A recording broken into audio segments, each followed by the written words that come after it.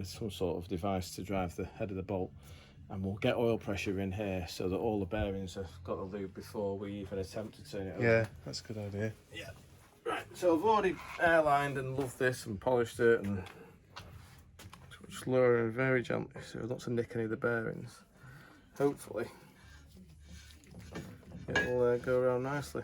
Put some frost in so we can. Now these frost, don't want to state the obvious, but they're the wrong ones. They're the ones that go in the cap. Right. These ones, obviously, the oil tries to come out centrifugal force, so there's little bits there for the. That's obviously a face that runs against the crankshaft, and then that runs against the block. So right. Just when you press your clutch, you know, obviously, it's got to control the crankshaft from going forward. So that's what the thrust bearing is all about. Right. So that's a couple of thrust in. We'll get the middle main, which is here. Now, something I've forgotten to mention, which I should have mentioned, is this. These Fords, they do something called an oversized mains housing on them, which is basically the mains tunnel in the factory. If they didn't get it to within tolerance or it didn't clean up properly, they went to like what they call plus 15th hour oversized housing, and it can catch you out, because if you put a standard size shell in an oversized housing, then if it's had the oversized housing, do they mark it on the case or anything? Don't do anything. No. That's why people get caught out. They finished early on that Friday, they just did they? expect you to check, So we've just googled it, haven't we? And we know that the size. Get the vernier to work. I mean, this is just ropey, just checking it with this, but I have measured it properly as well. 60.6, I think. If you can just get it right on the edge. 60.6, which is 60.62 to 60.64 is the standard housing. Then it'd be 15th hour bigger, but that's a metric size. Right. Anyway, so we're on standard housing, which is a good thing, because these are standard size bearings. So we'll get a main.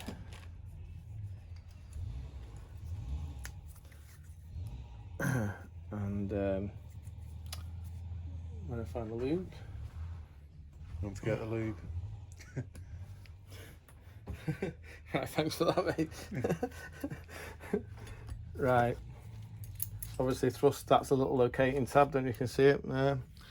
Same again with the bronze to the outside, so that's the bearing surface, and it's got the little places for the oil to go to stay lubricated. Obviously this is the only cap that's got the two dowels to locate it in place. The dowels are so there. we go tab to tab. That's the rule with bearings, and also it has an arrow on the middle of the bearing cap, pointing forwards. So we'll just drop that in there, and then what we'll do is we'll just drop a little bit of lube on each side for the thrust. Then we'll get a couple of bolts. Very important when you tighten anything up, like a mains bolt or a head bolt. And don't want to teach people to suck eggs, but what you need to do is lubricate the thread with the molybdenum, and then also, very important, put some underneath the shoulder so that it doesn't gall, and you get a proper torque figure then when you tighten it. Right. Very important. A lot of people neglect putting. What's that? Because it'll just have friction and it's well, not really... yeah. You think the clamping forces are absolutely massive, and you know it's just a cast cap. Yeah. Obviously the bolts. So that could snag on it if it's not. Yeah, you just see it start to go. So we don't want that. We want a nice and smooth torque now. So I'll just. Is it 17 or 19? Yeah. 19. I think this is called bad TV preparation. This.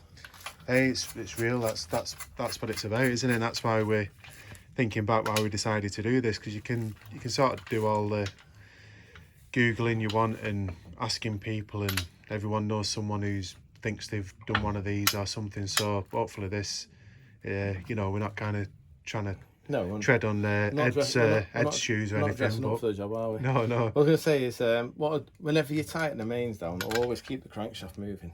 Yeah. Because if anything's not right, you can feel it straight away. But I can feel that. Feels lovely, that. Yeah. So, yeah, lovely. Yeah, that. even just held in on that central one, it's... Yeah, well, what'll happen is, as we pull the rest of them down, it'll get nicer because these shells will be pushed back into the housing then as we tighten them all up. So we'll do that next. But give us a break and we'll prep all these bolts. We don't want to bore the viewers with us leaving every All bolt. right, cool. All right, nice one. Cheers.